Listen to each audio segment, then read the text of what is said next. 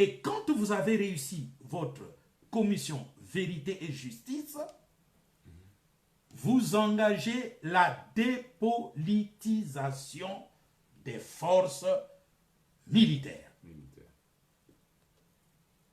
L'armée, la gendarmerie, la police, les services secrets, les services de sécurité ne doivent jamais faire de la politique dans une nation.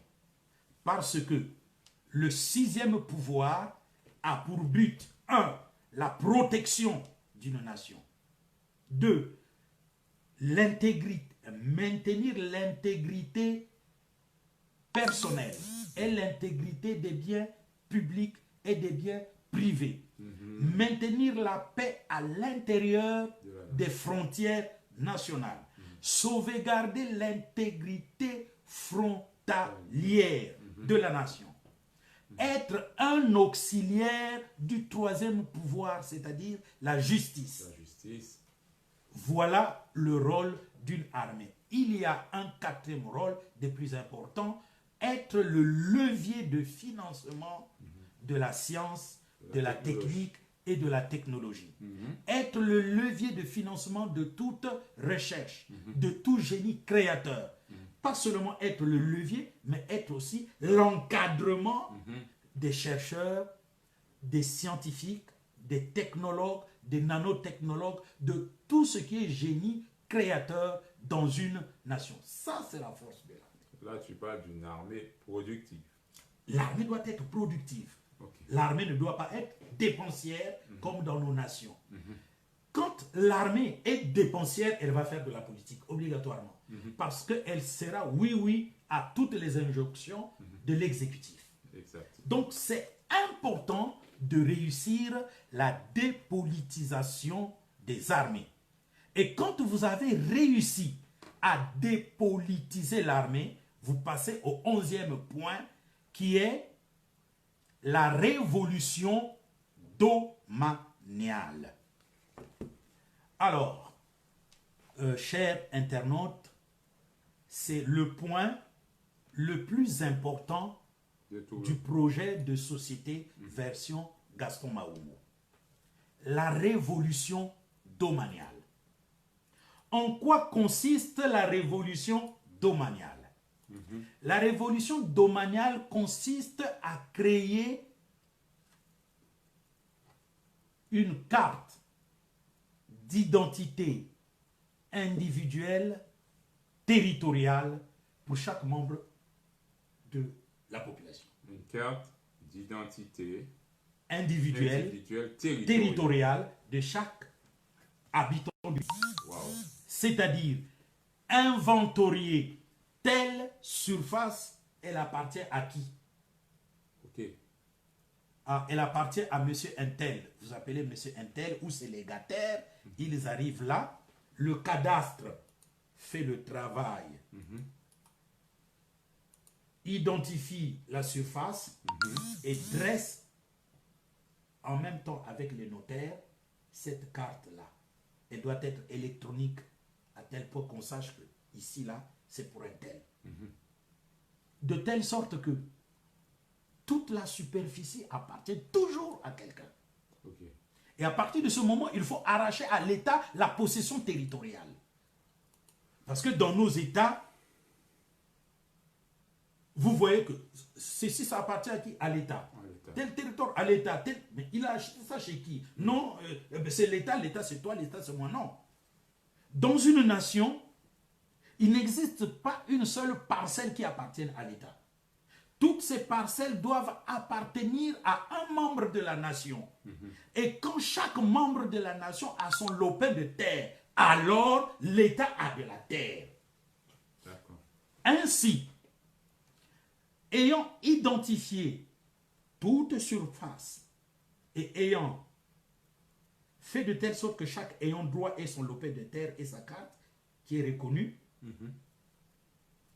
si les propriétaires sont morts, les notaires prennent la filiation, les enfants, les petits-enfants, tout dépend de la société dans laquelle vous vivez, la loi traditionnelle. Il y a un travail qui sera fait avec le notaire de telle sorte que le terrain qui appartient à telle famille appartient à tout le monde. Et maintenant, s'il y a des activités économiques qui se dressent, n'importe quel investisseur doit investir avec le propriétaire foncier. Mais pas avec l'État. Pas avec l'État, directement. Il travaille avec le propriétaire foncier et le propriétaire foncier traite tout ce qu'il convient et il verse ce qu'il doit à l'État comme patente, comme impôt et tout. Donc, c'est ça la chose qui doit réussir dans notre nation. Bon, dans notre nation, le Congo-Brazzaville, qui est comme l'Allemagne, c'est sûr que après que nous ayons fait tout ce travail-là, on aura au moins quelques parcs nationaux. C'est-à-dire que là où l'être humain n'est pas encore arrivé. Parce que nous avons des territoires comme ça où l'être humain n'est pas encore arrivé. Et cela, vous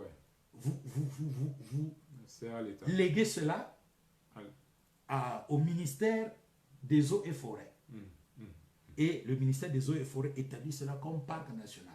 Donc le parc national devient une institution qui fonctionne pour le pays, dont les dividendes et tout qui appartiennent, ça appartient au pays. S'il y a des recherches de médicaments tout ça, ça appartient au pays parce que c'est un parc national.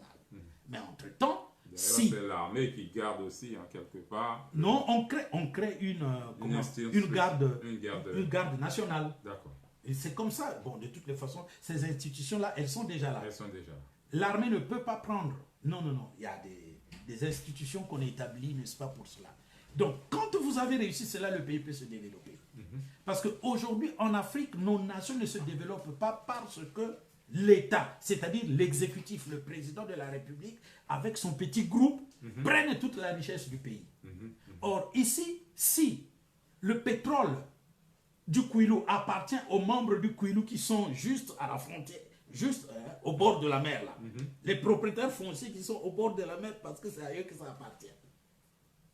Si on travaille comme ça, le pays va se développer. Comment un président pourra venir et puis prendre la richesse de tout le monde et puis s'enrichir comme ça? Donc, cette révolution-là, quand j'explique cela à quelques carrières, ils disent, mais non, là où il y a les richesses, ça doit appartenir à l'État. Je dis, ah, vous n'avez pas encore mûri finalement.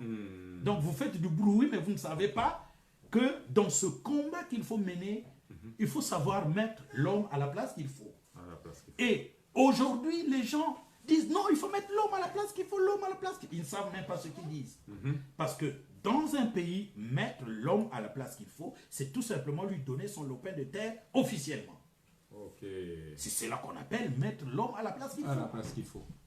Pour le développement de la nation. Voilà. Et comme ça, quand par exemple, il travaille quelque part, et c'est que là où il travaille, je suis surveillé. Et c'est ici où il y aura aussi mon développement. C'est une entreprise d'État, mais je dois bien travailler parce que je suis mis à la place qu'il faut. Donc, c'est une notion de base qui commence par l'héréditarisation de n'importe qui. N'importe qui doit avoir son lopin de terre. Le pays appartient à chaque grand-père qui a légué à son fils, son petit-fils, un lopin de terre. Donc, quand vous avez réussi cette révolution domaniale, alors vous entrez maintenant dans ce qu'on appelle le 12e point, qui est l'abolition des partis politiques existants. C'est-à-dire qu'au moment où vous irez faire la conférence nationale, les partis politiques qui existent ne doivent plus exister. Il faudra abolir tous les partis politiques existants parce que le chaos que nous avons aujourd'hui est le fruit du travail de ces partis politiques-là. Exact. Vous n'allez pas dire non, c'est les dictateurs. Il y a les dictateurs et les oppositions aussi. Parce que si l'opposition était véritablement une opposition, elle ne permettrait pas que la dictature continue de régner. Non, mais il y a les armes, on tue les gens. Mais si vous faites très bien une opposition, eh bien, la dictature ne pourra pas demeurer. Donc, la faute est à la fois à la dictature et aussi à l'opposition politique. Même aussi à la société civile. Exactement. Qui laisse faire. Tout le monde est fautif. Il n'y a pas que les dictateurs qui sont fautifs. Dans le cas d'espèce de nos nations africaines, quand chaque homme politique, chaque femme politique, chaque membre d'une association, les corps intermédiaires, c'est-à-dire les syndicats patronaux, les syndicats des employés, quand tout le monde saura que c'est nous tous qui sommes fautifs, alors on regardera, n'est-ce pas, à la vraie chose, c'est-à-dire sortir la nation de la crise. Mais tant que chacun est là, non, moi je ferai mieux, et il faut qu'il y parte. Tout ça, on est en train de passer le temps depuis 20 ans. Pour nous, le Congo, depuis 1997, on est toujours là. Il y a des gens qui ont été exilés et qui sont devenus des opposants, qui ne rentrent pas, tout ça, qui sont en train de s'exprimer comme si eux, ils feraient mieux tout. Donc tout ce tralala et ce boucan-là, le résultat c'est quoi? Rien ne change. Rien ne change. Parce qu'effectivement, on n'a pas expertisé qui a tort. En fait. Ce n'est pas. C'est pas rien ne change.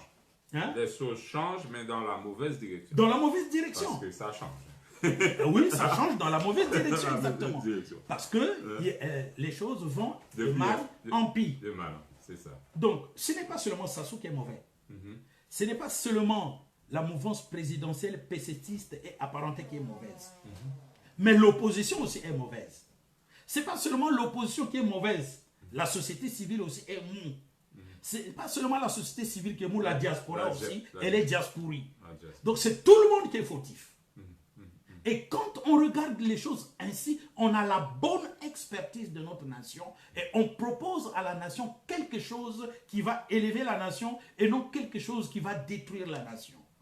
Parce que ce combat d'hommes politiques là, c'est prétendu coq dans une basse-cour.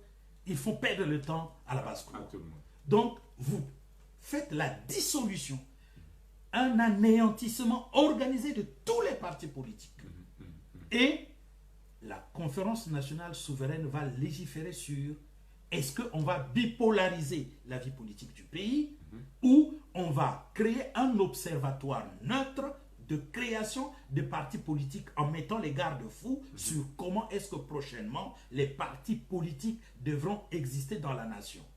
C'est comme ça que ça marche. Et le Conseil constitutionnel a un œil là-dessus. Voilà comment un pays progresse. Donc vous abolissez tous les partis politiques et vous définissez le nouveau principe de création des partis politiques qui désormais va diriger le pays, surtout que vous avez un projet de société que vous tous vous allez faire triompher. Donc après l'abolition des partis politiques existants, vous passez à la campagne d'éducation juridique citoyenne.